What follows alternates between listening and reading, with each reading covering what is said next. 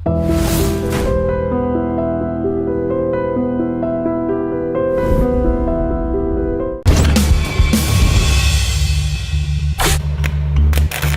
జిల్లాలో నాంపల్లి దగ్గర ఉన్న ఓట్లపల్లి గ్రామానికి చెందిన జాన్వి అడవిబాటు ఎందుకు పట్టాల్సి వచ్చింది? 2004లో చర్చల కాలం. గ్రామాలలో మా బాయ్ దగ్గరికి దళం వచ్చేది, గ్రామాలలో దళం వచ్చేది, మొత్తం తిరిగేది. వాళ్ళు కాదని మీరెందుకు ఒక ఆడపిల్లగా మీరు ముందుకు అడుగు చేశారు? న్యాయం లేదు ఇక్కడ కూడా. మా భూమి తీసుకొని మాకు కొట్టడము, మాకు తిట్టడం అదొక కారణం. అయితే నల్లమలకి వెళ్ళిన తర్వాత ఆయుధ పట్టుకోవడం కానీ, సాయుధ పోరాటం చేయడం, ట్రైనింగ్ ఇవ్వడం, రాజకీయ క్లాసులు ఏ విధంగా ఉంటుంది? ఆయుధాలు కూడా వాళ్ళ ప్రవర్తన బట్టి, వాళ్ళు ఉండే తీరు బట్టి. మీరు ఎలా తప్పించుకున్నారు? అప్పుడు రాష్ట్రం ఏ విధంగా ఇచ్చేవారు? అందరికి రాషన్ ఇచ్చిండు, కానీ ఇట్లా మొత్తం రౌండ్ చుట్టేసారు. రౌండ్ చుట్టేసినాక కొద్దిగానే మేము రిట్రీట్ అయిన దగ్గర అక్కడ కూడా ఉన్నారు. నల్లమల్లలో చిన్నగా నిర్బంధం పెరుగుతుంది. ఒక ఫైరింగ్ తర్వాత ఒక ఫైరింగ్ అవుతుంది. ఆ పార్టీలో మహిళల పట్ల లింగ వివక్ష ఉంది, వాళ్ళ పట్ల చిన్న చూపు ఉంటుంది, వాళ్ళకి శారీరక మానసికంగా వేధిస్తుంటారు. చిన్న అంటే మనము ఏ సమాజంలో ఇక్కడ భూస్వామి సమాజంలో పుట్టినాం కాబట్టి. మీ టార్గెట్ ఏంటి? అక్కడ ట్రైనింగ్ క్యాంప్ మీద దాడి చేయడం.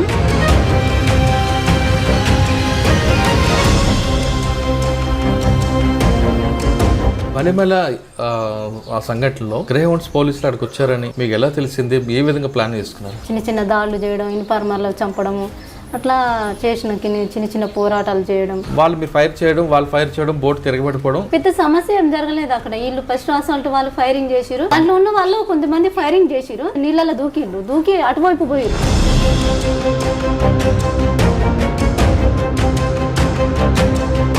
అంటే బలమైన దాడిని మీరు సమర్థించుకుంటారు. దానికి వచ్చినప్పుడు ఇంకా యుద్ధం జరుగుతుంది కదా. పార్టీ అడవికే పరిమితమైంది, మైదాన ప్రాంతాలు కనుమరుగైంది అంటారు, వాస్తవం కాదు? అడవిలో ఉన్నది కానీ ఇటువంటి సంఘటనలు చేయడం వల్ల ఆదివాసీ గ్రామాల్లో అభివృద్ధి ఆగిపోతుంది. దాని ప్రధాన కారణం మావోయిస్టు పార్టీ అని ప్రభుత్వం అంటారు. అంటే సడన్ గా లేనిది ఎప్పుడు లేనిది ఇప్పుడు ఎందుకు వచ్చింది అభివృద్ధి? ఇప్పుడు గవర్నమెంట్ కు ఎట్లా మేల్క తట్టింది అసలు? ఏఓబిలో మావోయిస్టు పార్టీకి ప్రజల మద్దతు ఉందా, తగ్గిందా?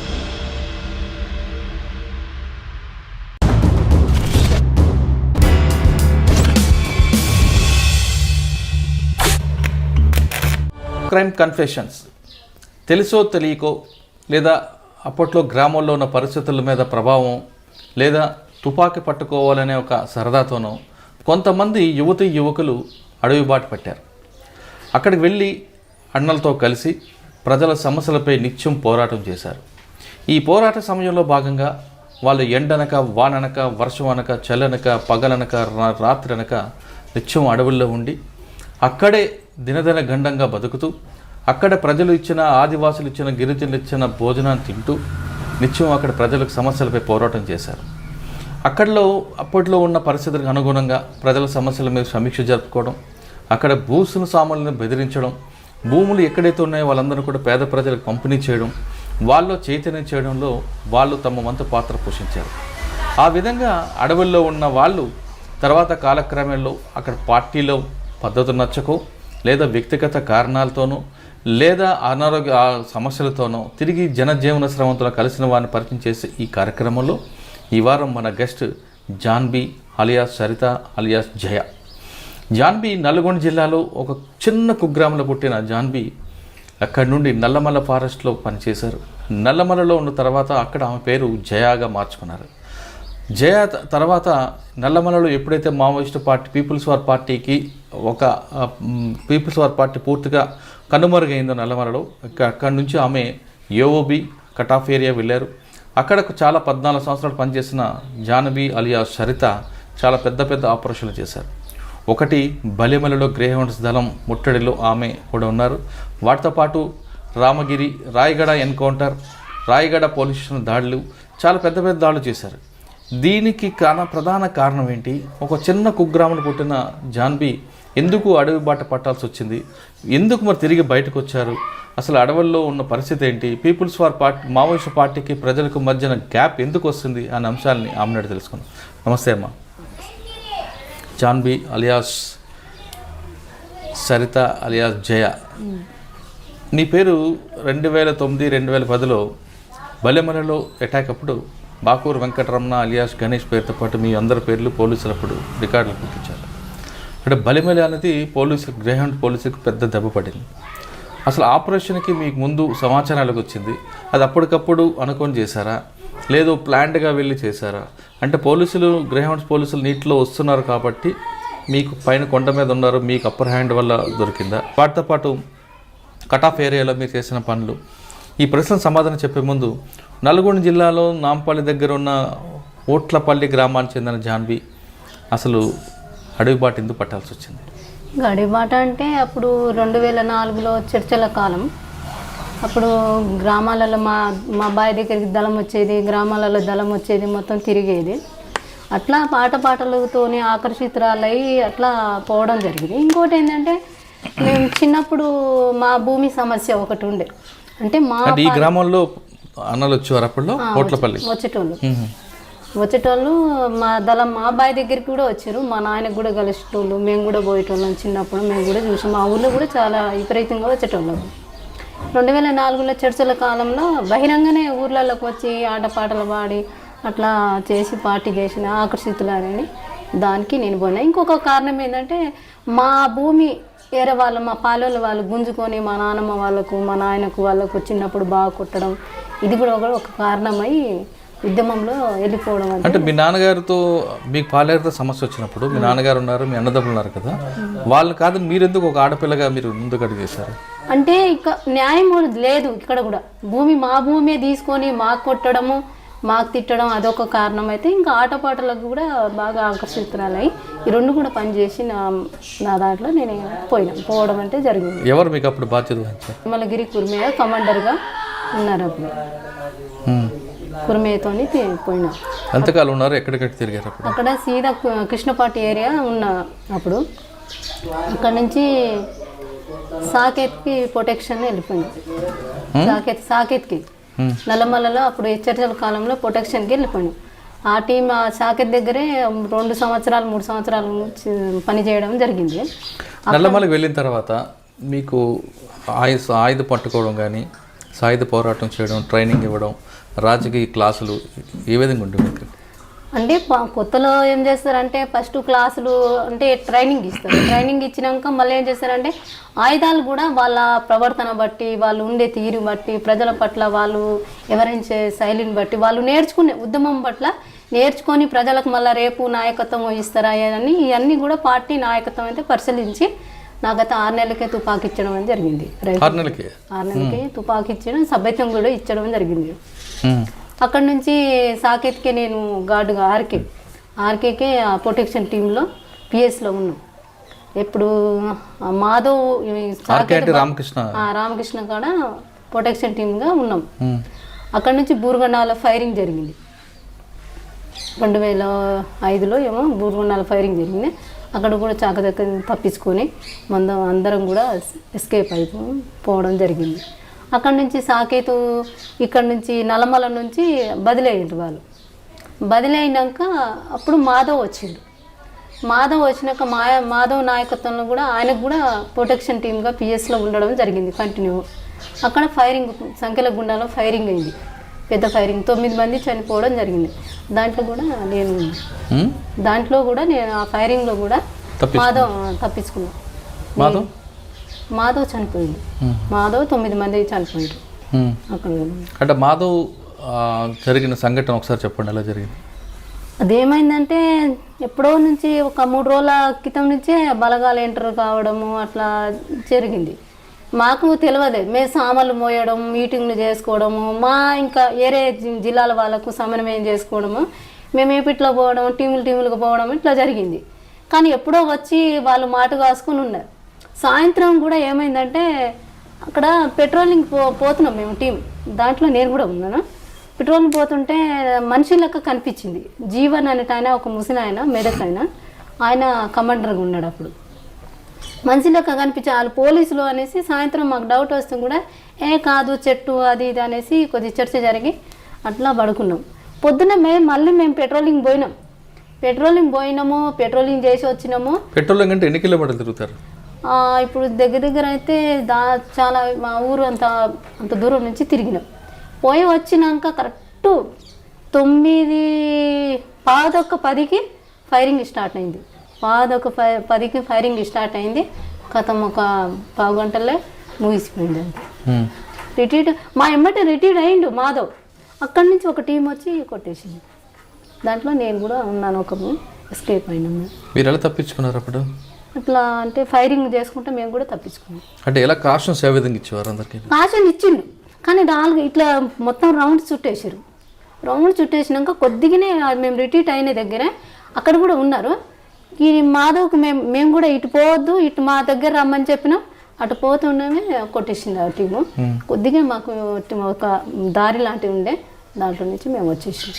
అంటే ఎక్స్చేంజ్ ఆఫ్ ఫైర్లు జరుగుతున్నప్పుడు మీరు ఏ విధంగా మీ వాళ్ళందరికీ ఇండికేషన్ ఇచ్చుకుంటూ పారిపోతుంటారు? పారిపోవడం అంటే కాషన్ ఇచ్చిర్రు, కాషన్ అడ్వాన్స్ అని చెప్పిండ్రు. ఎవరి కవర్లో వాళ్ళు పోయినాం, ఫైరింగ్ కూడా చేసినాం. రిట్రీట్ కాషన్ ఇచ్చినప్పుడు రిట్రీట్ అయ్యే క్రమంలో వాళ్ళు 9 మంది చనిపోవడం జరిగింది. ఆ తర్వాత మీరు ఎంతకాలం ఉన్నారు నల్లమలలో? నల్లమలలో 1 సంవత్సరం దాకా ఉన్నాం. అంటే మాధవ్ ఎన్కౌంటర్ తర్వాత మరి రివెంజ్ తీర్చుకుందామని మీరు ఏమైనా ప్లాన్ చేశారా? పోలీసుల మీద దాడులు చేద్దామా? అప్పుడైతే దాడి చేసినంత పరిస్థితి ఏం లేకుండే. కాకపోతే అక్కడ ప్రకాశం జిల్లాలో ఒక డివిజన్ కమిటీ ఉండే, ఆయన ప్రతాప్ అనేటాయన ఇప్పుడు సరెండర్ అయ్యి అరెస్ట్ అయ్యి ఇంటికి పోయి ఉన్నాడు. వాళ్ళ చెల్లెల పేరు పద్మ, ఆయన ఉన్నాడు. ఇంకా పెద్ద దాడులు చేసినంత శక్తి లేకుండే అప్పుడు.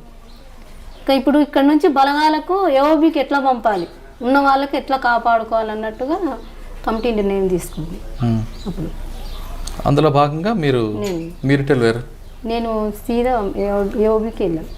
ఇప్పుడు నల్లమల్ల నుంచి ఏఓబీకి వెళ్ళక ముందు మీకు ఇప్పుడు సమస్య ఉంది మీ ఊర్లో, భూ సమస్య. దానికోసం కూడా మీరు పార్టీలతో పాటు భూ సమస్యలు ఉంది, మీకు అన్యాయం జరుగుతుందని మీరు పార్టీలు వెళ్ళారు. మరి మీ నాన్నగారు ఆ సమస్య పరిష్కారం చేశారా? అది చెప్పినాము, కమాండర్కి చెప్పినాము, పార్టీకి చెప్పినాము. అంటే మనం వ్యక్తిగతంగా అక్కడ పార్టీలో పరిష్కరించుకునేది ఏముండదు, వ్యక్తిగతంగా కక్షలు తీర్చుకునేది కూడా పార్టీలో ఉండదు కదా.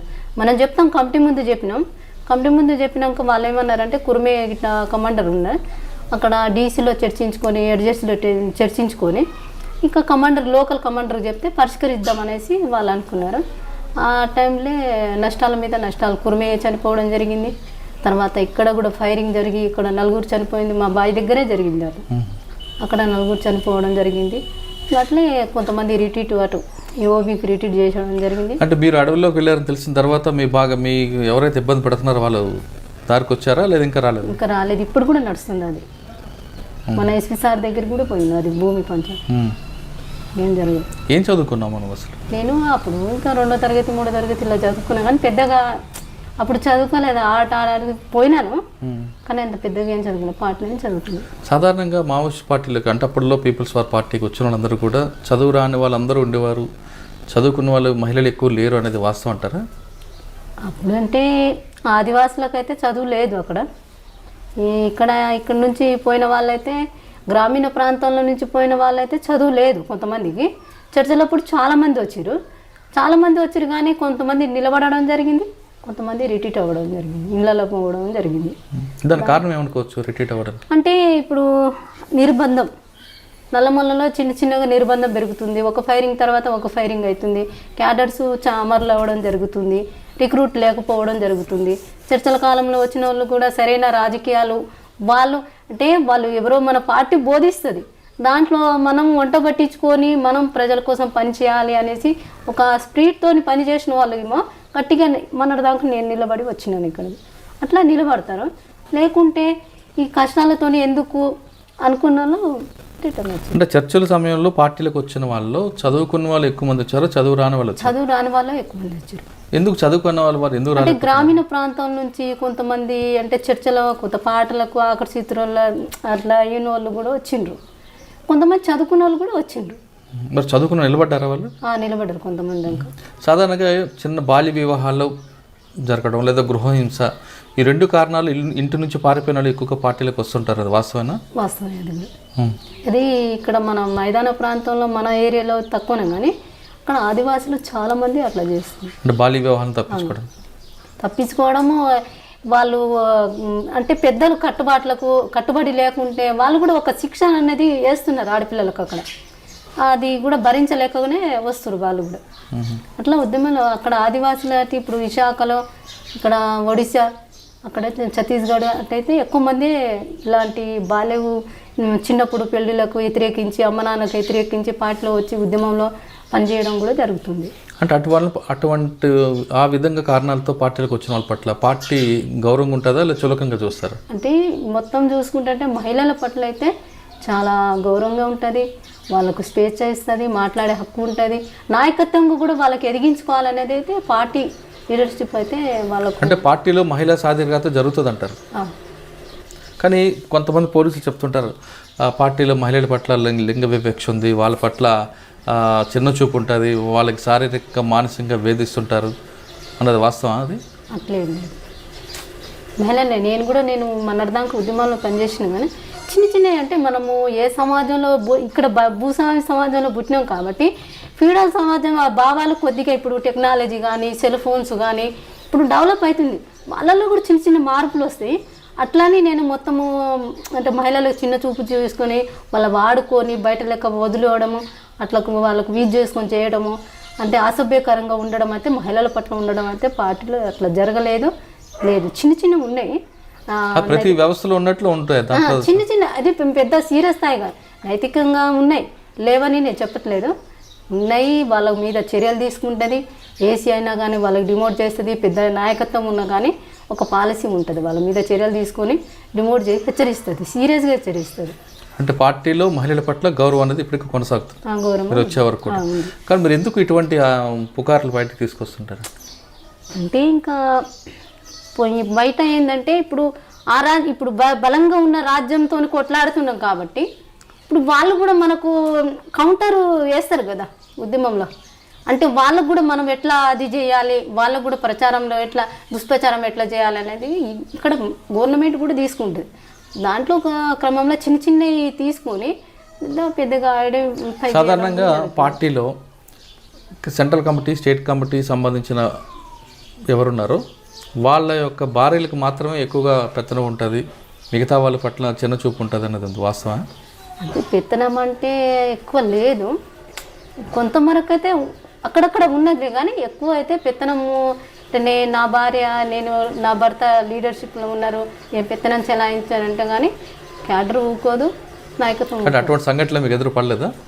ఇక్కడైతే ఒకటి రెండు గంటలు ఘటనలు లెక్క కనిపించాయి, కానీ పార్టీ చర్యలు తీసుకుంది వాళ్ళ మీద. పార్టీలో మరి చదువుకున్న వారు మహిళలకి పట్ల వాళ్ళు రాజకీయ చైతన్యం కోసం కృషి చేస్తుందని మీరు చెప్తున్నారు. మరి ఆ స్థాయిలో ఉన్న వాళ్ళు కింద స్థాయి నుంచి లోపలికి వచ్చిన తర్వాత సెంట్రల్ కమిటీ వరకు మహిళలు ఎందుకు వెళ్ళలేకపోతున్నారు? అంటే వాళ్ళ దాంట్లో ఉన్న ఇప్పుడు కొంతమంది బలహీనతలు, అనారోగ్య సమస్యలు, చాలా అనారోగ్య సమస్యలు మహిళలకు ఒక స్థాయి దాకా. ఇప్పుడు నేనున్నా, నాకు నెక్స్ట్ నాయకుడు చెప్పలేదు కానీ నెక్స్ట్ ఒక పొజిషన్లో పోతుండే, అదే ఆ టైంలోనే రామగూడ ఫైరింగ్ జరిగింది, దాంట్లో అనారోగ్య సమస్యలు కూడా వచ్చినాయి. దాంట్లో నేను ఆలోచించి ఒక టైంలో ఒక అనారోగ్య సమస్యలు రావడం జరుగుతుంది, ఇంకా చిన్న చిన్న కారణాల వల్ల కూడా వాళ్ళు లోనే కూడా ఆ పై కమిటీకి ఎదగలేకపోతున్నారని నేను చెప్తాను, నాకు అనిపించింది. సాధారణంగా ప్రతి మహిళకి నెలవారీ కొన్ని ఇబ్బందులు ఉంటుంటాయి, అటువంటి సమయంలో పార్టీలో ఏ విధంగా మీకు ఫుడ్ కానీ లేదంటే మంచి విశ్రాంతి ఇవ్వడం కానీ జరుగుతుంటుందా? అది విశ్రాంతి అంటే ఇప్పుడు సమస్య వచ్చినప్పుడు అయితే గుడ్లు ఇస్తారు, పల్లీలు ఇస్తారు, స్పెషల్ ఫుడ్ అయితే మహిళలకు కేటాయించడం జరుగుతుంది. వాళ్ళు చెప్పినా చెప్పకపోయినా నెల కోట వస్తుంది, అట్లా ఇస్తున్నారు. అట్లా ఇవ్వకపోవడం అనేది వాళ్ళ అనారోగ్యం గురైనా కానీ చూయించడం, వాళ్ళకి రెస్ట్ చూయించడం, అట్లా ఈ రెస్ట్ ఇవ్వడము. లేకుంటే ఇప్పుడు బాధ్యత ఒక దగ్గరికి పోయి వాళ్ళు పని చేయాలి, వాళ్ళు మీటింగ్లు చేయాలి, అక్కడ ఆర్గనైజర్గా వాళ్ళు పని వెళ్ళాలన్నా కూడా అక్కడ ఆపుకొని వాళ్ళ హెల్త్ బాగాలేకుంటే వేరే వాళ్ళకన్నా పంపిస్తుంది. ఆ విధంగా మహిళల పట్ల బాగానే ఉంది, సమాజంలో ఏ విధంగా ఉందో ఆ విధంగానే జాగ్రత్తలు తీసుకుంటారు పార్టీ. తర్వాత ఇప్పుడు మీరు ఏఓపీకి వచ్చారు, దళాబాద్ నుంచి ఏఓపీకి ఏ విధంగా వెళ్ళారు? అంటే బస్సులో అంటే ట్రైన్లో వెళ్ళాం. ఎక్కడ నుంచి? ఇక్కడ నుంచి అంటే సీదా అక్కడ నుంచి రాయచూరుకి వెళ్ళాం, రాయచూరు నుంచి గుంతకల్లు వాటి నుంచి వెళ్ళాము. ఎక్కడికి వెళ్ళి? శ్రీకాకుళం. శ్రీకాకుళం వెళ్ళాం. శ్రీకాకుళం ఎందుకు వెళ్ళారు? శ్రీకాకుళం కూడా వెళ్ళే, ఎక్కడ పూరికి వెళ్ళాం, ఒడిశాకి వెళ్ళి ఒడిశా నుంచి పికప్ చేసుకున్నాం, అక్కడికి శ్రీకాకుళంకి వెళ్ళాం. శ్రీకాకుళం ఎందుకు వచ్చారు? అంటే ఇప్పుడు పార్టీ రిట్రీట్ చేసింది, ఇక్కడ క్యాడర్ ఉన్నా కానీ ఇప్పుడు ఎన్కౌంటర్ చేస్తే నష్టపోతుంది, ఉన్న క్యాడర్కి కాపాడుకోవాలి, అక్కడన్నా ఉద్యమం బలపడుతుంది. శ్రీకాకుళం ఎక్కడ బొట్టపాడు వెళ్ళారా లేదా? బొట్టపాడేనా? ఏమన్నారు బొట్టపాడులో? ఎన్ని రోజులు ఉన్నారు? ఎవరి దగ్గర? బొట్టపాడులో చాలా రోజులు ఉన్నాను, 1 సంవత్సరం దాకా ఉన్నాను. ఈ సంవత్సరంలో అక్కడ ఏదో ఫైరింగ్ అయింది అక్కడ కూడా 2007లో 8 దాకా అక్కడనే ఉన్నా. అంటే పల్లెసారది, బొట్టపాడు, పాతూరం అని తిరిగారా? మార్కాపురం మొత్తం తిరిగి, సాలూరు మొత్తం తిరిగి. అక్కడ సూపాలు చూసిన తర్వాత మళ్ళీ మీకు మరొకసారి నల్లమల గుర్తుకొచ్చిందా బొట్టపాడులో? అవును, అంటే తెలుగు ప్రజలు ఉంటారు అక్కడ, బాగానే మంచిగానే ఉంటారు అక్కడ ప్రజలు. బొట్టపాడులో సంవత్సరం ఉన్న తర్వాత ఏం చేసేవారు? బొట్టపాడు అక్కడ ఆర్గనైజేషన్ పని. అప్పుడు ఎవరు మీకు బాధ్యుడు? ఆయన దయ, ఇక్కడ నుంచి దయనే. దయ దగ్గర దయనే అంటే పలానా నల్గొండ నుంచి ఇలా క్యాడర్ ఉంది అట్లా ఏం చెప్పారు, అంటే మాకు పంపించండి అని ఆయన ప్రపోజల్ చేసిన దయ దగ్గరికి వెళ్ళాము. బొట్టపాడు తర్వాత ఎక్కడికి వెళ్ళారమ్మా? బొట్టపాడు నుంచి కోరాపుట్టు. లేదు బస్సులోనా మళ్ళీ ట్రైన్? లేదు, ఇంకా దళాలతో. బొట్టపాడు నుంచి కోరాపుట్టు చాలా దూరం కదా? నడుచుకుంటా. ఇప్పుడు బొడ్డపాడు ఇది ఆవిరి దళం అది మొత్తం ఏరియా ఉంటుంది కదా, ఇదేదో ఉన్నది నేను మర్చిపోయినాను, అక్కడ నడుచుకుంటేనే దళాలు తిరుగుతున్నాయి అప్పుడు. కోరాపుట్టు వెళ్ళిన తర్వాత మీరు చేసిన పని ఏంటి? కోరాపుట్టు పోయినాక నాకు ఏసీలో తీసుకున్నాను. ఫస్ట్ ఏమో కంపెనీలో ఉన్నా నేను, అంటే ఫస్ట్ కంపెనీలో ఉన్నా నేను. కంపెనీ నుంచి హెల్త్ ప్రాబ్లం వల్ల మళ్ళీ కోరాపుట్కు బదిలీ చేశారు. కోరాపుట్లో ఏరియా కమిటీగా పనిచేసిన. కోరాపుట్టు వెళ్ళారు, అక్కడ ఒడియా భాష రాదు, భోజనం అది కొంచెం ఇబ్బంది ఉంటుంది, అక్కడ అడవులు కొండలు వేరేగా ఉంటాయి, అవన్నీ అలవాటు పడ్డారా? అలవాటు పడ్డాం.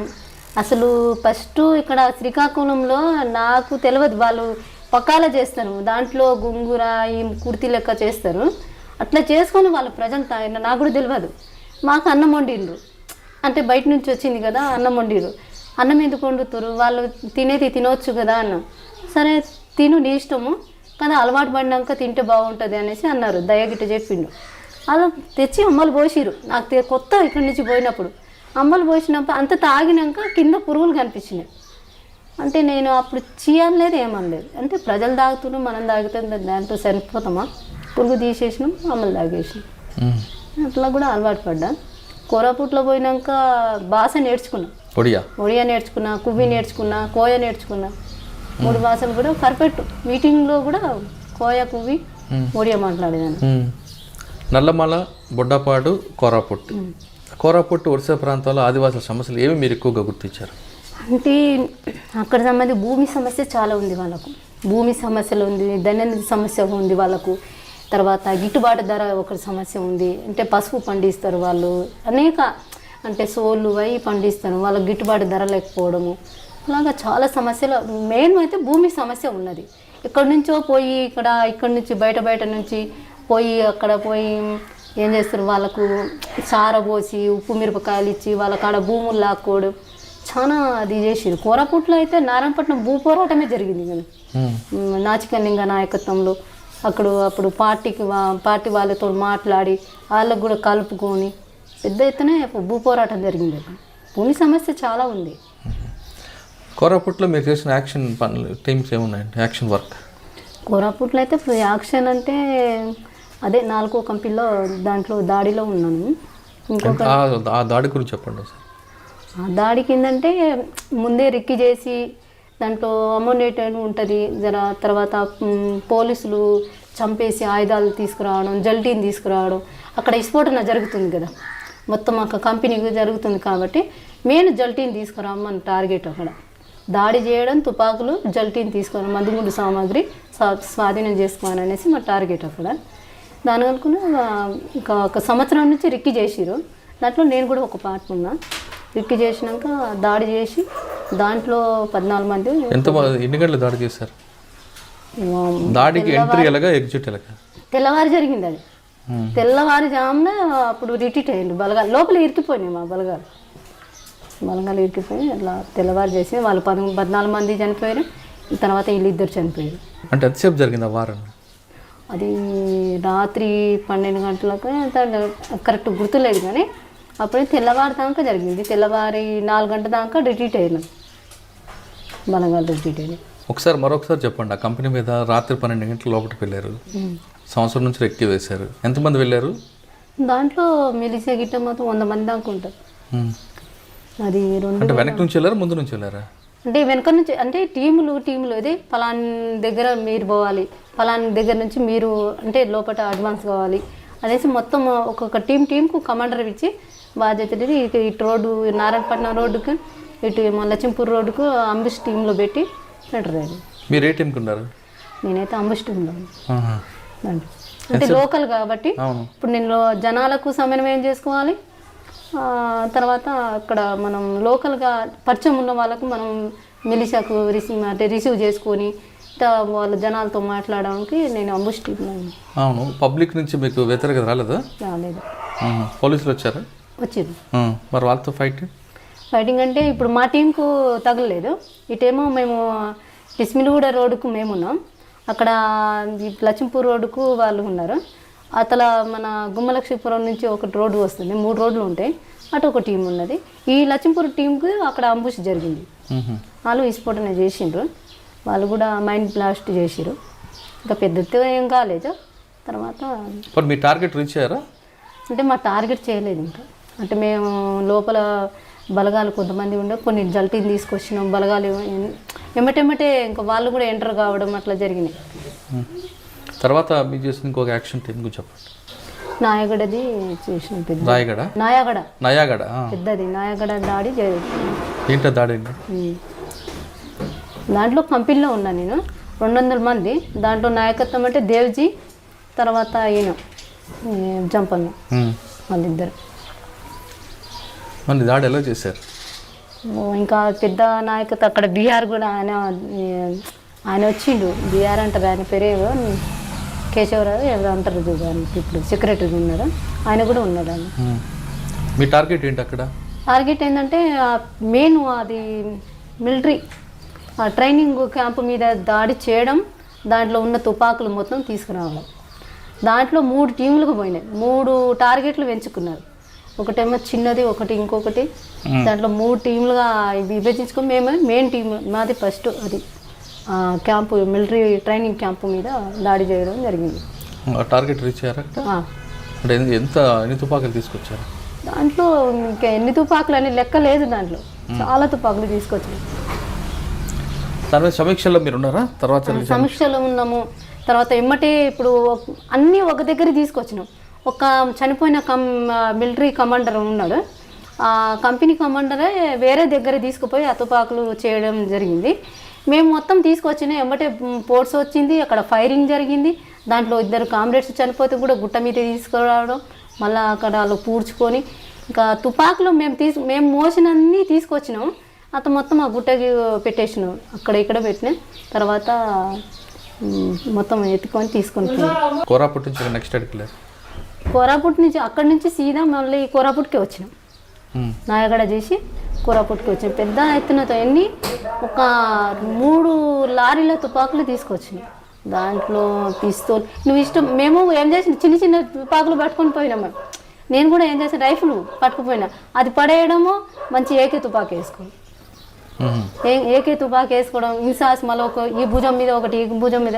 ఎంత కమాండర్ ఏం చెప్పారు అంటే బీహార్ వాళ్ళు చెప్పిండు, జంపన్న వీళ్ళందరూ ఏం చెప్పి, మీరు ఎంత మీ శక్తి సామర్థ్యాలన్నీ వెనుక తీసి మీరు ఎన్ని తుపాకులు మోస్తారో అన్ని తుపాకులు మీరు పట్టుకోండి, అన్ని తూటాలు మీరు పట్టుకోండి, మనం ఇక్కడ నుంచి కొద్దిగా ఎస్కేప్ అయినాక మనం ఎక్కడెక్కడ డంప్ చేసుకుంటూ పోదాము, మీరు ఇబ్బంది పడకండి అనేసి మా కమాండర్ చెప్పింది. చెప్పడం దానికి ఫాలో అయ్యి తీసుకొచ్చింది. కోరాపుట్ తర్వాత మీరు ఎక్కడికి మళ్ళీ బలిమలకి వచ్చారా, లేదా కట్ ఆఫ్ ఏరియాలో ఉన్నారు? లేదు, మళ్ళీ కోరాపుట్కి వచ్చారు. తర్వాత ఎంతకాలం ఉన్నారు కోరాపుట్లో? కోరాపుట్లో 2012-13 దాకా ఉన్నా, 2013లో మళ్ళీ కట్ ఆఫ్ ఏరియాలో ఉంది. బలిమల ఇప్పుడు దాంట్లో బలిమేలలో ఏమో కంపెనీలో ఉన్నప్పుడు, కంపెనీలో ఫస్ట్ 2008లో కంపెనీలో ఉన్నప్పుడు బలిమేలలో దాడి చేయడం జరిగింది. నేను కంపెనీలో ఒక సభ్యురాలు, ఫస్ట్ కంపెనీ ఒకటి ఉండే. అంటే బలిమేల ఆ సంఘటనలో గ్రేహౌండ్స్ పోలీసులు అక్కడికి వచ్చారని మీకు ఎలా తెలిసింది? ఏ విధంగా ప్లాన్ చేసుకున్నారు? అక్కడైతే లోకల్లో మేము కంపెనీ తిరిగేటోళ్ళం, మేము ఈస్ట్ కూడా తిరిగినా, నేను కంపెనీలో ఉన్నప్పుడు ఈస్ట్లో మొత్తం తిరిగిన, చిన్న దాడులు చేయడం, ఇన్ఫార్మర్లు చంపడము, అట్లా చేసిన చిన్న చిన్న పోరాటాలు చేయడం, అంటే తునికాకు పోరాటం, తర్వాత ఈ రేట్లకు సంబంధించి ఆ లోకల్ వాళ్ళతో కలిసి కంపెనీ కూడా కార్యక్రమాలు, అంటే గ్రామీణ స్థలంలో పోయి ఆ ప్రజల సమస్యలు తెలుసుకోవాలి అనేసి పార్టీ కూడా ఒక తీర్మానం చేసింది. కంపెనీ కూడా ఉత్పత్తిలో పాల్గొనాలనేసి అప్పుడు ఎడ్జెడ్సీ ఎక్కడలో ఓవిఓ ఎడ్జెడ్సీ ఒక తీర్మానం చేయడం జరిగింది. అట్లా పోవడం జరిగింది. అట్లా పోలీసు వాళ్ళు రావడం, బలిమేలకు రావడం. అంటే మీరు బలిమల రిజర్వాయర్ దాటిన తర్వాత మీరు ఉన్నట్లున్నారు పార్టీకి, అప్పుడు కంపెనీ చిత్రకొండ అవతల కదా మీరు ఉన్నారు, జాన్బాయ్ ఆ ప్రాంతంలో. వీళ్ళు వచ్చారనే విషయం మీకు ఎలా తెలిసింది? అంటే వస్తున్నారు పోతున్నారు పోలీసు వాళ్ళు వస్తుండ్రు పోతుంటే మా ఇక్కడ లోకల్ ఉన్న వాళ్ళ ప్రసాద్కి వీళ్ళకి తెలిసిపోయింది. ఇక్కడ మేము కూడా కంపెనీ అందుబాటులో ఉన్నది. ఇంకా ఎట్లయితే వీళ్ళు దొరుకుతారో అనేసి బూస్పుట్ మీద దాడి చేయడం, దాంట్లో నేను కూడా ఉన్నాను. బూస్పుట్ సంత మీద దాడి చేసి ఇక్కడ కూర్చున్న వాళ్ళు ఇక్కడ దాడి చేసి వచ్చినాం మేము. దీంట్లో మళ్ళీ పార్ట్ అయినాం. అప్పుడు తెల్లవారే వాళ్ళు పోలీసు వాళ్ళు వచ్చి అక్కడి నుంచి వాళ్ళు కూమింగ్ చేసుకొని లాంచ్ ఎక్కి వస్తుంటే పోయినప్పుడు ఒట్టి లాంచ్ పోయింది. వాళ్ళకి తీసుకురావడం, కూమింగ్కి వచ్చిన పోలీసు వాళ్ళకు తీసుకురావడం, ఒట్టి లాంచ్ పోతుంటే మేము చూసినాం. మేము దాడి కూడా చేసినాం, బూస్పుట్ సంత మీద దాడి చేసినాం. వచ్చి మళ్ళీ అంబుష్లో పార్ట్ అయినాం. దాంట్లో లాంచ్ పోతుంటే చూసినాం, మా పక్క నుంచి వెళ్ళింది. మళ్ళీ బలగాలు తీసుకొచ్చినాక ఫస్ట్ అసాల్ట్ టీం కొట్టింది. అసాల్ట్ టీం కొట్టినాక మళ్ళీ మా టీం దగ్గరకు వచ్చింది. దాంట్లో నేను కూడా పార్ట్ అయినా. అంటే వాళ్ళు ఒకవేళ బూసిపుట్టు సంత మీద దాడి చేసినప్పుడు అలాంటివి ఉంటే తప్పించుకునేవారట. అంటే బూస్పిట్ మా సంత మీద దాడి చేసి దాడి ఎందుకు చేసిండ్రు, మరి అక్కడ ఏమన్నా కూర్చుంటారా అనేసి ముందే పసిగడితేనేమో ఆ నష్టం వాళ్ళ జరగకపోయింది. అటు నుంచి అటు రిటీట్ అయిపోయి వాళ్ళు అటు పోతే బలగాలు నష్టం జరగదు. మీరు ఎందుకు బూసిపుట్టు మీద దాడి చేశారు? ఆల్రెడీ ఎరవేయడం, ఇప్పుడు బలగాలు వట్టిగా దొరకదు కదా, ఎరేస్తే మనకు దొరుకుతాయి. ఇప్పుడు ఏదైనా కానీ చాపైన ఏదైనా ఎరేస్తే దొరుకుతుంది కదా, అట్లా చేసినాం. అట్లాగా వాళ్ళు నిర్లక్ష్యంగా వచ్చిరు, అప్పుడు ఆ దాడి జరుగుతుంది. అంటే బూసిపుట్టు సంత మీద దాడి చేస్తున్నప్పుడు ఒకవేళ అక్కడే వాళ్ళు ఉండి పెట్టి బలిమల జరిగి ఉంటుంది కదా? కాదు, అట్లా వాళ్ళు ఎటు నుంచి వచ్చిరు బలగాలు, అటు నుంచి మళ్ళీ ఇట్లా కాలినడకలం పోతేనేమో ఈ నష్టం జరగకపోయేది. వాళ్ళు మళ్ళీ ఇట్లా ఈజీగా ఇట్లా అంటే బోటు మీద వచ్చి దాటి చిత్రకొండ పోదామనేసి అనుకున్నారు. అట్లా జరిగింది. అంటే చిత్రకొండ నుంచి బోటు వస్తుందన్న విషయం మీకు ముందే తెలుసా? తెలుసు. ఏమగా టికెట్ ఉన్నాయి కదా, మాధవ్ గిట్ట చనిపోయిన వాళ్ళు లోకల్ వాళ్ళు ఉన్నారు, తెలుసు మాకు. అంటే పోలీసుల ద్వారా అప్పుడు ఆ సమాచారం లీక్ అయిందనే వార్త వాస్తవం అంటారా? అది వాస్తవం కాదు, ప్రజల నుంచి వచ్చింది. ప్రజలు పోలీసు వాళ్ళు ఎక్కడ ఇప్పుడు ఏడైనా కానీ పార్టీలో పోలీసు వాళ్ళు వస్తే సరిపోతుంది, ఎక్కడి నుంచి ఒక్కరన్నా తీసుకొస్తారు సమాచారం. ఇది పలానా వాళ్ళు సాగరిస్తారు పోలీసు వాళ్ళకన్నా ప్రజలు తీసుకొస్తారు. అట్లా పోలీసుల నుంచి అట్లా ఏం లేదు. బలిమల దాడిలో మీతో పాటు ఎంతమంది ఉన్నారండి? దాంట్లో 50 మంది అనుకున్నాం. అంటే 2 కొండల నుంచి 3 కొండలు. ఒకవైపు మీరు ఏ కొండ మీద ఉన్నారు చూసారు? ఫస్ట్ ఏమో మేము కమాండర్ ఉన్న దగ్గర ఉన్నాము, ఇక్కడ ఏమో ఒక టీం ఉన్నాం. దీంట్లో 7 ఏమో ఫస్ట్ అసాల్ట్ ఉంది, ఒక టీం ఏమో అవతల కొండ అవతల ఉన్నది, ఒక టీం ఇవతల ఉన్నది. అలా 3 టీంలు ఉన్నాయి. 3 చిన్న చిన్న టీంలు ఉన్నాయి, 4 టీంలు కూడా ఉన్నాయి. బలిమల్లో 3 కొండల మీద 3 టీంలు ఉన్నాయి కదా, వాళ్ళు బోట్లో వస్తున్నారు. ఫస్ట్ ఒక టీం అటాక్ చేసింది. మీరు ఏ టీంలో ఉన్నారు? 2 టీంలు ఉన్నారా? నేను కమాండర్ ఉన్న టీం దగ్గర ఉన్నా. కానీ మీరు ఫైర్ చేయడం, వాళ్ళు ఫైర్ చేయడం, బోట్ తిరగబడిపోవడం పెద్ద సమస్య ఏం జరగలేదు అక్కడ. వీళ్ళు ఫస్ట్ అసాల్ట్ వాళ్ళు ఫైరింగ్ చేసిరు, అటు పోయింది. అటు నుంచి వాళ్ళు ఫైరింగ్ స్టార్ట్ చేసిరు, అటు నుంచి మధ్యలో సుడి తిరిగింది, మునిగిపోయింది. 1 నిమిషంలో జరిగింది అది. కానీ దాంట్లో ఉన్న వాళ్ళు కొంతమంది ఫైరింగ్ చేసిరు, దూకి నీళ్ళలో దూకి అటువైపు పోయిరు, చిత్రకొండ వైపు డామ్ వైపు పోయిరు. కొంతమంది ఏమో ఇటువైపు వచ్చిరు. ఒక ఆయన వరంగల్ అయినా చాలామంది 2-3 దొరికిండ్రు, తీసుకొచ్చి ఒక ఆయనేమో దాంట్లోనే మళ్ళీ దూకి చనిపోయిండు. ఒక ఒడిశా పోలీసులు 2 దొరికితే ట్రీట్మెంట్ చేసి మళ్ళీ పంపించడం జరిగింది. కానీ పట్టుకొని ప్రాణాలతో ఉన్న పట్టుకొని కొట్టి చంపారనేది వార్త వచ్చింది. వాస్తవంగా కొట్టలేదు, ఆయనకు పట్టుకున్నారు. నేను కూడా పోయి చూసిన, నేను ఈతల పక్క ఉన్న వాళ్ళు కూడా పోయి, అప్పుడు దాడి జరిగింది, హెలికాప్టర్స్ తిరుగుతున్నాయి, పోయి మాట్లాడుతున్నారు. ఇప్పుడు సరెండర్ అయిన కృష్ణ ఉన్నాడు, ఆయన పోయి మాట్లాడుతుంటే మేము కొట్టి చంపుతాము. వాళ్ళు పక్కకి వెళ్ళి కమాండర్ గిట్ట ఈయనకు ఉంచాలా వదిలిపెడదామా అని డిస్కషన్ జరుగుతుంది. ఇలా మధ్యలో చర్చ జరుగుతుంటే విన్నాడు, ఎట్లయినా చంపేస్తారో ఏమో అనేసి తనే మళ్ళీ దూకి చనిపోయింది. అదైతే రియల్, నేను చూసిన, నేను దగ్గర ఉండి కూడా చూసిన. కిట్టుతోనే ఉన్నాడు, కిట్టు కూడా తీసేసినాం. అట్లా ఆయన చనిపోవడం జరిగింది. ఇంకా ఇద్దరు దొరికిండ్రు కదా, వాళ్ళు పట్టుకొని ట్రీట్మెంట్, ఏమైనా దెబ్బలు తగిలితే ట్రీట్మెంట్ చేసి 2 రోజులు మా దగ్గర ఉంచి వదిలిపెట్టడం జరిగింది. కానీ అది యుద్ధ నీతిలో భాగం కాదు, యుద్ధ నీతి మావోయిస్టు పార్టీ ఉల్లంఘించింది అనేది పోలీసుల వాదన. ఎందుకంటే సాయంత్రం టైంలో వాళ్ళందరూ వస్తున్న టైంలో మీరు ఒకేసారి వాళ్ళ మీద విరుచుకుపడ్డం అనేది కరెక్ట్ కాదు. అంటే ఇప్పుడు ఆత్మరక్షణ కోసం ఇప్పుడు బలగాలు, ఇప్పుడు ఎవరి ఇళ్ళ మీద దాడికి వచ్చిన బలగాలు యుద్ధనీతిగా, ఇప్పుడు యుద్ధనీతి కనిపించదేం కదా. ఇప్పుడు ఆత్మరక్షణ కోసం వీళ్ళు కూడా దాడి చేయాలి కదా, అట్లా దాడి చేసి. అంటే బలమైన దాడిని మీరు సమర్థించుకుంటారు దాంట్లో. ఇంకంటే యుద్ధానికి వచ్చినప్పుడు ఇంకా యుద్ధం జరుగుతుంది కదా 2 వర్గాల మధ్య, దాంట్లో జరిగింది అది. అంటే బలిమెల జరిగిన తర్వాత దాదాపు 15 రోజులు పోలీసులు అక్కడే కోంపింగ్ చేశారు. ఆ 15 రోజులు మీరు ఎక్కడున్నారు? పక్కనే ఉన్నాం. పోలీసులు చూసారా? అంటే వాళ్ళు చూస్తే ఊరుకుంటారా? అంటే పక్కనే ఉన్నాం, వాళ్ళ కంట్లో పడకుండా మళ్ళీ ఇక్కడ గునుగురాయి అంటే విశాఖ అటువైపు వచ్చినాం. పక్కనే ఉన్నాం, పెద్ద దూరం ఏం లేదు. అంటే ఈ బలిమెల దాడి తర్వాత పోలీసులు ఖచ్చితంగా మీ మీద యాక్షన్ చేస్తారనే విషయం కనిపెట్టి ఉంటారు. దాన్ని తప్పించుకోవడానికి ఏం చేసేవారు? అంటే తప్పించుకోండి అంటే ఇప్పుడు దెబ్బతిన్న వాళ్ళు మళ్ళీ రిటర్న్ దెబ్బ కొట్టడానికి అయితే చూస్తారు కదా ఎవరైనా కానీ. ఇప్పుడు మావోయిస్టులు అయినా కానీ, ఇప్పుడు పోలీసు వాళ్ళు, గవర్నమెంట్ వాళ్ళైనా కానీ, ఇప్పుడు దెబ్బతిన్న వాళ్ళు మళ్ళీ రిటర్న్ కొట్టడానికి చూస్తారు. అలాగా వీళ్ళ ఆత్మరక్షణలో కూడా వీళ్ళు మరింత జాగ్రత్తలు తీసుకొని, పార్టీ కూడా తీసుకొని మళ్ళీ దూరం ఉండడం కానీ, జాగ్రత్తలు తీసుకోవడం కానీ, ప్రజలతోని అంటే సమాచారం రోజు తీసుకోవడం కానీ అట్లా చేసిరు. ఎంతకాలం ఉన్నారు మీరు బలిమల ప్రాంతంలో? ఒక 20 రోజులు దాకా ఉన్నాం. తర్వాత మళ్ళీ వేరే పోయినాం. ఇంకా మీరు చేసిన ఇంకా యాక్షన్స్ ఏమన్నా గుర్తున్నవి? అంటే యాక్షన్ అంటే పెద్ద అంటే గునుకురాయి అంబుష్లో ఒకరు చనిపోయారు, దాంట్లో కూడా నేనే పాల్గొన్నాను. ఇంకా చిన్న ఫైరింగ్స్లో అయితే చాలా ఫైరింగ్లు జరిగినాయి. మళ్ళీ రీసెంట్లో నేను వచ్చేటప్పుడు కూడా అక్కడ పానిపోదర్ ఫైరింగ్ జరిగింది, తర్వాత కుంతిరిపోదర్ దగ్గర నైట్ ఫైరింగ్ జరిగింది, టిగ్రపాడ ఫైరింగ్ జరిగింది. అక్కడ కోరాపుట్లో చూసుకుంటే మంగళాపురం దగ్గర 2 సార్లు ఫైరింగ్. ఎలా తప్పించుకున్నాం మనం? తప్పించుకున్నాను. పరిగెట్టడం కాదు, ఫైరింగ్తోనే తప్పించుకున్నాను. అందరితో పాటు నేను కూడా తప్పించుకున్నాను. నేను దళంగా ఉన్నప్పుడు కోరాపుట్లో నేను దళ కమాండర్ అయ్యి నేను ఒక దళం తిప్పిదాన్ని. దాంట్లో అది అమ్లిబేడ దగ్గర, సామర దగ్గర ఒక ఫైరింగ్ జరిగింది. దాంట్లో లవ్మాడ దగ్గర కూడా నా మీద కూడా దాడి జరిగింది. దాంట్లో చాకచక్యంగా తప్పించుకున్నాం. మీరు జాన్బాయ్ అటెండ్ వచ్చారు ఎప్పుడైనా? వచ్చినాం కానీ దాడి పటేల్ సుధాకర్ రెడ్డి గారు సోపం కట్టినప్పుడు మీరు ఎక్కడున్నారు? అప్పుడైతే ఇక్కడ కోరాపుట్లో ఉన్నాను. అప్పుడు కోరాపుట్లో. మీరు పార్టీలో ఉన్న టైంలో సాధారణంగా పార్టీలో బయట నుంచి వచ్చిన వ్యక్తులు కానీ లోపల ఉన్న వ్యక్తులు కానీ ఒకరికొకరు ప్రేమించుకొని పార్టీ అనుమతి పెళ్లి చేసుకుంటారు. మరి మీ కార్యక్రమం అంటే మీరు ఎవరిని వివాహం చేసుకోలేదు? ఆయన చనిపోయింది. ఎలాగా? రామగూడ ఫైరింగ్లో చనిపోయింది. అయ్యో, ఎలాగా? మీరు అక్కడ ఉన్నారు అప్పుడు? మీరు ఎస్కేప్ అయ్యారు, ఆయన చనిపోయారా? ఏం పేరు ఆయన పేరు? కిరణ్.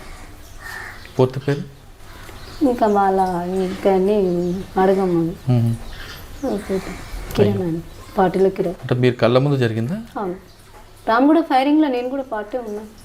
దాంట్లో తప్పించుకున్న నైటు అక్కడే ఉన్నాను. వాళ్ళు శవాలు తీసుకుపోయినప్పుడు కూడా ఇద్దరం వేరే పక్క పోయినాం. మేము ఒక మిలిసా కామ్రేడు నేను పోయినాం. అక్కడ 31 మంది చనిపోవడం జరిగింది. మళ్ళీ ఆ నైటు మళ్ళీ అక్కడ నుంచి మేము రిట్రీట్ అయ్యి మళ్ళీ ఏరకొండకు వచ్చినాక కూడా ఫైరింగ్ జరిగింది. 2 రోజులు అక్కడే ఆ కొండకే ఉన్నాను నేను. 3వ రోజు బయటకు వచ్చిన. అంటే సాచురుడు కోల్పోయిన తర్వాత పార్టీలు ఉండాలనిపించిందా లేదా బయట అక్కడే ఉండి పోరాటం చేయాలి? ఏం లేదు, 1 సంవత్సరం దాకా అట్లా ఉండడం జరిగింది. ఇక మన అసలు విషయానికి వస్తే పార్టీలో మీరు ఎక్కువ కాలం ఉన్నారు, దాదాపు 14-16 సంవత్సరాలు ఉన్నారు. పార్టీ ఆ ఏరియాలో దండకార్యంలో ఎక్కువ ఆదివాసీల పోరాటం కోసం ఎక్కువ పోరాటం చేస్తుంది దాదాపు 40 సంవత్సరాల నుంచి. మరి ఆదివాసీలకు చేస్తున్నప్పుడు ఆదివాసీ పోరాట సమితి అని పేరు ఎందుకు పెట్టకూడదు? ఆదివాసీ పోరాట సమితి అంటే అక్కడ ఇప్పుడు కటాప్లో ఉన్నది బిచ్చనాల్చ ఏరియా కమిటీ అని పెట్టారు. ఎందుకంటే బిచ్చనాల్చ అంటే ఏం లేని ప్రజలు అక్కడ ఏం ఒక ప్రభుత్వ సంబంధించింది సంస్కరణలు కానీ వాళ్ళ ప్రభుత్వ అభివృద్ధి కానీ దైనందిన సమస్యలు కానీ విద్యా వైద్యం కానీ ఏం లేవు, కోరాపుట్లో ఏం లేవు. తర్వాత ఇక్కడ కటాపేరీలో కూడా పార్టీ వెళ్ళినాక పార్టీ డిమాండ్లతోని కొద్దిగా ఆర్ఎంపీ డాక్టర్లు పంపడం, అట్లా చిన్న చిన్న డాక్టర్లు పంపడం, అట్లా గవర్నమెంట్ తీసుకుంది. అట్లా అంటే వాళ్ళు ఆదివాసీ పోరాట సమితి అని పేరు ఎందుకు పెట్టుకోకూడదు అంటున్నా. అంటే ఆదివాసీ పోరాట సమితి అనేది దాంట్లో ప్రతి ఒక్క ఇప్పుడు నేను పోతే నేను ఒక నా కులానికి ఒక పోరాటం, వేరే దానికి ఒక పోరాటం అట్లా ఉండదు దాంట్లో. అంటే కులాలు సంబంధించిన లేదు, దాంట్లో ముఖ్య సమస్య మొత్తం సమస్య ఏంటిది అనేసి పరిశీలించి దాంట్లో చాసిమూల్య కమిటీ అని పెట్టిరు ఒకటి, అక్కడ ఆదివాసులతో కలిపి అంటే బిచ్చనాళ్ళు చాసిమూల్య కమిటీ అని పెట్టారు. ఎందుకంటే వ్యవసాయం మీద ఆధారపడుతున్నారు కాబట్టి అక్కడ ఒక కమిటీ పెట్టడం జరిగింది. ఇప్పుడు ఆదివాసీ కమిటీ పెట్టడము కానీ పోరాట సమితి అని పెట్టడం కానీ అట్లా జరగదు. ఎందుకంటే ఇప్పుడు నేను మైనార్టీ పోరాట అది సంబంధించి పెట్టరు కదా, వ్యక్తిగతంగా పెట్టరు. పూర్తి సమస్య తీసుకొని దానికి విశ్లేషించి పై కమిటీ గుట్ట కూర్చొని దాంట్లో ఒక నిర్ణయం తీసుకొని ఏదైతే ముఖ్యంగా ఉన్నదో అక్కడ సమస్య దాని మీద తీసుకుంటారు. ఇప్పుడు మీరు ఉన్న కంపెనీలో కానీ మీరు పనిచేస్తున్న దళకంత ఇంట్లో కానీ మహిళలలో రాజకీయ చైతన్యం తీసుకురావడానికి కానీ లేదా ఆదివాసీ మహిళల్లో రాజకీయ చైతన్యం తీసుకురావడానికి మీరు ఏ విధంగా కృషి చేశారు? చాలా కృషి చేసి చాలామంది రిక్రూట్ చేసి కటాపేరీలో ఈ ఎన్కౌంటర్ జరగకముందు రామగూడ ఎన్కౌంటర్ జరగకపోతే ఒక లెవెల్గా ఉండేది ఉద్యమం అక్కడ. చాలామంది ఇప్పుడు నేను అంటే ఒక టార్గెట్ పెట్టుకున్నారు అందరు కూడా, అంటే ఒక్కొక్క ఏరియాలకు ఒక 6 నెలల్లో ఒక 10 మంది కన్నా అట్లా రిక్రూట్ చేయాలనేసి పై కమిటీ తీర్మానం ఇచ్చింది. అట్లా తీసుకున్నాం, ఒక స్పీడ్గా తీసుకున్నాం. రామగూడ ఫైరింగ్ అయినాక చాలామంది ఇట్లా చనిపోవడం జరిగింది అక్కడి నుంచి. అయినా కానీ ప్రజలైతే ఇంకా బాగానే ఉన్నారు అప్పటికి కూడా. ఇంకా నేను హెల్త్ ప్రాబ్లం వచ్చినాక చిన్నగా అక్కడ అంటే పార్టీ అడవికే పరిమితమైంది, మైదాన ప్రాంతాలు కనుమరుగైంది అంటారు, వాస్తవం కాదా? అక్కడ మైదాన ప్రాంతం కదా మొత్తం, అక్కడ కోరాపుట్లో అడవిలో ఉన్నది. కానీ ఇప్పుడు దగ్గర ఇప్పుడు ముచ్చంపూడి దాకా తిరిగేటోళ్ళు, అదే అడవి. ప్రజలకు మద్దతు ఉందా మైదాన ప్రాంతాలు? ఉంది, మద్దతు ఉంది. మరి ఎందుకు క్రమేపీ తగ్గిపోతుంది ప్రాబల్యం? అంటే కొన్ని అంటే నిర్బంధం సమస్య, మెయిన్ నిర్బంధం. తర్వాత ఎన్కౌంటర్లు జరగడం, చనిపోవడం, అట్లా దాంట్లో మెయిన్ అయితే నేను టెక్నాలజీ డెవలప్ అయినాకనే దాడులు జరగడం, అంటే ఎమ్మటెమ్మటే ఫైరింగ్లు జరగడం, నీళ్ళు అన్నం తిండి తిప్పలు కూడా సమస్య రావడం, కొంతమంది రాజకీయాలు బలంగా లేని వాళ్ళు వెళ్ళిపోవడం, తుపాకులు పెట్టేసి కూడా పోయిన సంఘటన కూడా ఉంది. అంటే ఆదివాసీ అభివృద్ధికి మావోయిస్టు పార్టీ అడ్డుకుంటుందని ప్రభుత్వం వాదిస్తుంది, మీరేమంటారు? అట్లయితే ఏం లేదు, పార్టీ అయితే ఎక్కడ అభివృద్ధికి అడ్డుకున్నది ఏం లేదు. అంటే రోడ్లు వేసిన అడ్డుకుంటారు, లైట్లు పెట్టిన అడ్డుకుంటారు, అంటే ఇప్పుడు వాళ్ళకి మౌలిక సదుపాయాలు కల్పించాలన్న పార్టీ అడ్డుకుంటుంది, వాళ్ళ కాంట్రాక్టులు బెదిరించడం, ఇటువంటి సంఘటనలు చేయడం వల్ల ఆదివాసీ గ్రామాల్లో అభివృద్ధి ఆగిపోతుంది, దాని ప్రధాన కారణం మావోయిస్టు పార్టీ అని ప్రభుత్వం అంటారు. అంటే అభివృద్ధి అంటే ఇన్ని రోజులు లేనిది ఇప్పుడు ఎందుకు సడన్ పార్టీ వచ్చినాక అభివృద్ధి పెరిగింది? ఇప్పుడు పార్టీలో చర్చ నేననేది కాదు, అక్కడ పై కమిటీ నుంచి పార్టీ చెప్పింది. అంటే సడన్గా లేనిది ఎప్పుడు లేనిది ఇప్పుడు ఎందుకు వచ్చింది అభివృద్ధి, ఇప్పుడు గవర్నమెంట్కు ఎట్లా మేల్క తట్టింది అసలు అనేది వాళ్ళు చెప్పడము. రోడ్లు ఎందుకంటే పార్టీకి ఇక్కడ తరిమేసి ఇక్కడ ఉన్న ఓనర్లు తీసుకుపోవడానికి ఏమనేసి ఒక సిద్ధాంతం కూడా ఉన్నది పార్టీ. అందుకు వ్యతిరేకించేవారా? దానికి వ్యతిరేకించారు. మీరు మీతో పాటు ఇంకొక సెంట్రల్ కమిటీ సంబంధించిన కానీ ఒక మహిళ, ఆవిడ వేధింపుల నుండే పార్టీలో చాలామంది బయటకు వస్తున్నారనేది ఒక వార్త ఉంది, దాన్ని మీరేమంటారు? అంటే మహిళలు ఏదింపులు అంటే చిన్న ఇప్పుడు తప్పులు జరుగుతుంది. ఇప్పుడు కమాండర్ ఒక ఏరియా కమిటీలో ఒక నిర్ణయం తీసుకుంటారు, దానికి కట్టుబడి మనము పనులు చేసుకొని రావాలి. మన స్వయంగా నిర్ణయాలు తీసుకొని అంటే అక్కడ పరిస్థితి బట్టి తీసుకోవాలి, మనం తీసుకోవద్దంటున్నాం. ఇలా ఈ రోడ్డు మీద పోవాలి, ఇదే రోడ్డు మీద పోయి మళ్ళీ కార్యక్రమాలు చేసుకురావాలంటే దాంట్లో పరిస్థితులు మారుతాయి. మారినప్పుడు మనం కూడా మన ఆలోచనలు కూడా మార్చుకొని మనం చాకచక్యంలో మన పనులు చేసుకురావాలి. అట్లా చిన్న తప్పులు జరిగినప్పుడు అయితే కొద్దిగా గట్టిగా చెప్పడం కూడా ఉన్నది, లేదని ఉన్నాయంటారు. అంటే పెద్దగా లేవు, కొద్దిగా అయితే ఉన్నాయి. ఎవరా మహిళ? మహిళ అనేది నాకు అక్కడ ఎత్తుల ద్వారా నాకు ఏం సమస్య ఎదురు కాలేదు, అందరూ చనిపోయారు ఇప్పుడు వాళ్ళు. లేరు. చిన్న చిన్న సమస్యలు మహిళలతో కూడా వచ్చింది, కానీ వ్యక్తుల వారీగా ఇంకా చెప్పుకోలేము. చిన్న చిన్న సమస్యలు అయితే ఉన్నాయి. ఏఓబిలో మావోయిస్టు పార్టీకి ప్రజల మద్దతు ఉందా, తగ్గిందా, పెరుగుతా? నేను వచ్చినప్పటికైతే చాలా మద్దతు ఉండేది. నేను వచ్చినాక అయితే చూస్తే పరిస్థితులు చాలా మారిపోయినాయి. క్యాంపులు పెట్టి నేను తిరిగే ఏరియాలో మొత్తం కటాప్ ఏరియాలో మొత్తం క్యాంపులే పెట్టేసారు. పోలీస్ క్యాంప్ గురాసెట్టు పెట్టిండ్రు, అది అమరవీరుల స్తూపం కట్టినారు, భవనం కట్టినారు. అక్కడ కూడా అది దర్లబేడలో ఒక క్యాంపు పెట్టిరు, జంత్రిలో క్యాంపు పెట్టిరు. తర్వాత ఇక్కడ కోడిగుందులో ఒక క్యాంపు పెట్టిండ్రు. సో విపరీత క్యాంపులు పెట్టిరు. బూస్పూట్లో పెట్టిరు క్యాంపు. అంటే ప్రజల కోసం లోపలికి వెళ్ళారు మీరు. అనారోగ్య సమస్యలు ఇంకా వేరే సమస్యల నుంచి బయటకు వచ్చారు? నాకైతే మెయిన్ అయితే అనారోగ్య సమస్య వచ్చినాక సాకేతు నేను ఇంటికి అంటే నేను పార్టీలో పోయిన కాడి నుంచి మా అమ్మ రిలేషన్ అంటే మా అమ్మ వాళ్ళతో కాంటాక్ట్ లేదు అసలు నాకు, కొద్ది కూడా లేదు. నేను పార్టీలో పోయినా కానీ చూస్తానంటున్నా కానీ పార్టీ కల్పిస్తా అన్నది కానీ ఎప్పుడు కూడా నేను మా అమ్మ వాళ్ళకి చూడాలనేది ఏం లేదు. ఎప్పుడన్నా వీలుంటే పిలవండి లోపల చూస్తాననేసి ప్రపోజల్ పెట్టినా నేను. అట్లా రామగూడ ఫైరింగ్ జరిగినాక పార్టీ రిలేషన్తోనే ఫోన్ నెంబరు తీసుకురావడం జరిగింది. ఫోన్ చేసి మా తమ్ముడితో మాట్లాడితే మా అమ్మ వాళ్ళందరూ ఏడ్చినారు. కానీ అప్పటికీ హెల్త్ బాగాలేదు నాకు. ఇంకా సాకేత్కి నేను ఇంటికి వెళ్ళిపోతానని చెప్పిన. సాకేతు నేను ఎప్పుడు చెప్పినా ఏ నెలలో చెప్పిన 3 నెలలు ఆపిరు నాకు, 3-4 నెలలు ఆపిరు. నిర్ణయం అట్లా ఆలోచించడం మంచి పద్ధతి కాదు, నీకు సమస్యలు పెద్ద ఏం లేదు, అనారోగ్యం చూపిస్తాం అనేసి అన్నారు. కాదు నేను పోతాననేసి ఇంకా నేను హెల్త్ ప్రాబ్లం బాగా అంటే వర్గ ప్రేమకు ఎక్కువగా ప్రాధాన్యత ఇచ్చే మావోయిస్ట్ పార్టీలో మరి వ్యక్తిగత ప్రేమకి ఇంకా హెల్త్ సహకరిస్తలేదు. జ్వరం రావడం, ఇంకా గ్యాస్, ఆరోగ్య సమస్య కాకుండా మీరు కన్నతల్లి తమ్ముడు మీద ఎక్కువగా ప్రేమ చూపించారు. అట్లా అని ప్రేమ అని కాదు, అప్పుడు మాట్లాడిన అదే టైంలో అన్నీ జరిగినాయి. నేను ఇంటికి పోతానని చెప్పిన టైం అదే, వాళ్ళు కూడా మాట్లాడిపించింది అప్పుడు ఆ టైంలో జరిగినాయి. ఏదో ఇంటికి వాళ్ళు మా అమ్మ వాళ్ళు మాట్లాడేది ఏదో ఏడ్చిరు అనేదో నేను రాలేదు. అట్లా ఆ టైంలో జరిగినాయి అన్నీ. అంటే పార్టీ అనుమతి ఇచ్చిందా మీరు వెళ్ళిపోతానంటే? నేను వెళ్ళిపోతా అంటే 3 నెలలు టైం పెట్టింది. 3 నెలలు సాకైతే డైరెక్ట్ మాట్లాడిండు, ఉదయం మాట్లాడి వాళ్ళతోనే ఉండేదాన్ని. నేను ఎక్కువ నేను అక్కడ యోబిలో ఉన్నదంటే సాకేతు ఉదయ్ దయతోనే ఉన్నదాన్ని, వాళ్ళతోనే ఎక్కువ నాయకత్వంతో ఉన్నాను. ఏమన్నారు 3 నెలల తర్వాత?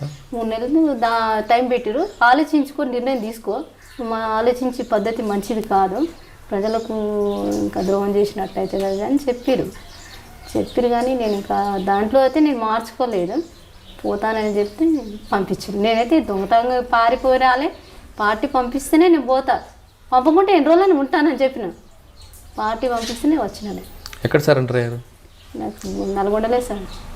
ఎవరి దగ్గర? రంగనాథ్ ఎస్పీ సార్ దగ్గర. అదే ఎస్పీ గారితో గతంలో ఫైట్ అయింది కదా మీరు, ఒక ఎక్స్చేంజ్ ఆఫ్ ఫైర్ తప్పించుకున్నారు నల్లమలలో. అవును. ఏమన్నారు అప్పుడు సార్? ఇంకా మాట్లాడి ఇంట్రగేషన్ చేసారు, దాంట్లో కూడా చెప్పినాను. వచ్చిన తర్వాత మీకు రావాల్సిందన్నీ వచ్చాయి. అయితే ఇప్పుడు అయితే రివార్డు ఇచ్చారు, 4 ఎకరాల ల్యాండ్ ఇచ్చారు, అది పట్ట గిట్ట ఏమి ఇవ్వలేదు, ఇంకా మిగతా ఏం రాలేదు. మీ సమస్యను పరిష్కారం ఏందా? సమస్య అంటే ఇప్పుడు ఇచ్చింది చెప్పిండ్రు కానీ ఇవ్వలేదు. ఏమన్నారు ఎస్పీ గారు? ఇస్తామని చెప్పారు. మీ పాత భూమి అది ఏమో మాట్లాడిండ్రు, మళ్ళా కోర్టుకు 60 రోజుల టైం ఇచ్చారు, ఆ తర్వాత చేస్తామని చెప్పారు. ఇప్పుడు బయటకు వచ్చారు, ఇప్పుడు ఆరోగ్యం ఎలాగుంది మీకు? అక్కడ ఉన్న అప్పుడు కంటే ఇప్పుడు కొద్దిగా పర్లేదు. ఏం చేద్దాం అనుకుంటున్నా, మీ లక్ష్యం ఏంటి ఇప్పుడు? ఇప్పుడు లక్ష్యం అయితే అమ్మ నాన్నతోనే ఉంటా, ఫ్యామిలీకి. ఇప్పుడు మీరు వెళ్తున్నప్పుడు గ్రామాల పరిస్థితులు వేరు, ఇప్పుడు గ్రామాల అభివృద్ధి చెందే ప్రభుత్వ పథకాల కింద వరకు వస్తున్నాయి. అప్పుడు ఉన్న పరిస్థితులు ఇప్పుడు లేవు, అది వాస్తవం కదా? ఇంత అభివృద్ధి చెందుతున్న ప్రాంతంలో ఇలాంటి సమస్యలు, చాలా సమస్యలు ఎదురవుతున్నప్పుడు మీలాగా అడవిలోకి వెళ్ళి తుపాకీ పట్టుకోవాలా, లేదు ప్రజాస్వామ్యబద్ధంగా పోరాటం చేయాలి? ఇప్పుడున్న పరిస్థితులు అయితే ఇప్పుడు ఎవరు తుపాకీ పట్టేంత ఆలోచిస్తలేరు.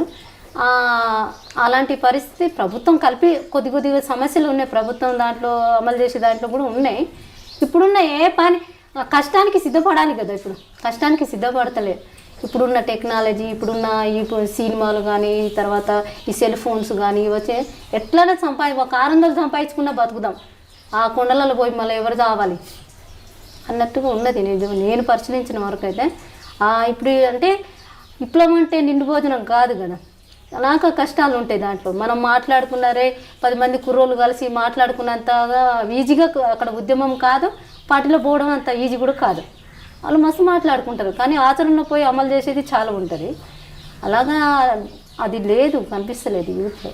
కొంతమందిలో ఉన్నది కానీ అది ఆవేశంతో ఉన్నదే కనిపిస్తుంది.